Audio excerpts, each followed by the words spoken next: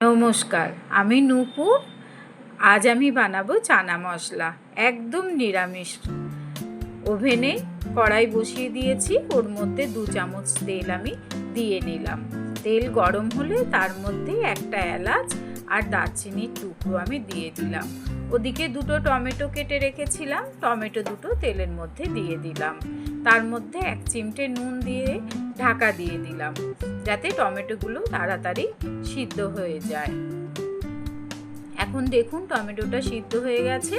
আমি একটা বোলের মধ্যে জিরে গুঁড়ো, ধনে গুঁড়ো, লঙ্কা গুঁড়ো, নুন, মিষ্টি, হলুদ পরিমাণ মতন সব দিয়ে রেখেছিলাম। ওগুলো আমি ট্রান্সফার করে দিলাম টমেটোর সঙ্গে, একদম টমেটোর সাথে মিক্সড করে, আর বাটি ধোয়া জলটাও দিয়ে দিলাম। দেখুন কষাতে কষাতে একদম তেল বেরিয়ে আসবে। আর আমি চানাগুলো সিদ্ধ করে রেখেছিলাম, তার সঙ্গে একটা আলুও সিদ্ধ করে রেখেছিলাম। আলুটা আমি হাতে করে ম্যাশ করে মশলার মধ্যে দিয়ে দিলাম, যাতে চানাটা একটু গাঢ় দেখতে হয়। এবার এর মধ্যে আমার তো নুন মিষ্টি সবই দেওয়া আছে, মশলার সাথে আমি দিয়ে দিয়েছিলাম।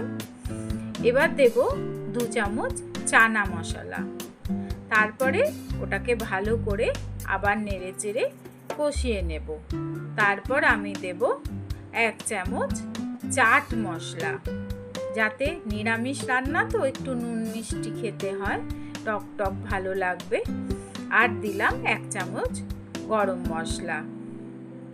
ভালো করে কষিয়ে ওটার মধ্যে আমি জল দিয়ে দিলাম।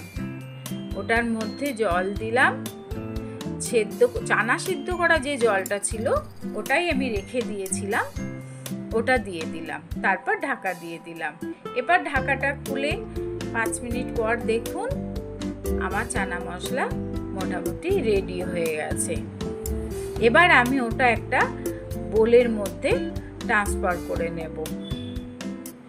ওর ওপর দিয়ে ধনেপাতা ছড়িয়ে দিলাম। এবার আমি ওটা পরিবেশন করব। খেতে দুর্দান্ত হয়েছিল। ভিডিওটা যদি ভালো লেগে থাকে তাহলে লাইক, কমেন্ট ও শেয়ার করে দেবেন। আর ইউটিউব থেকে দেখলে একটা সাবস্ক্রাইব করে দেবেন। ভালো থাকবেন সবাই।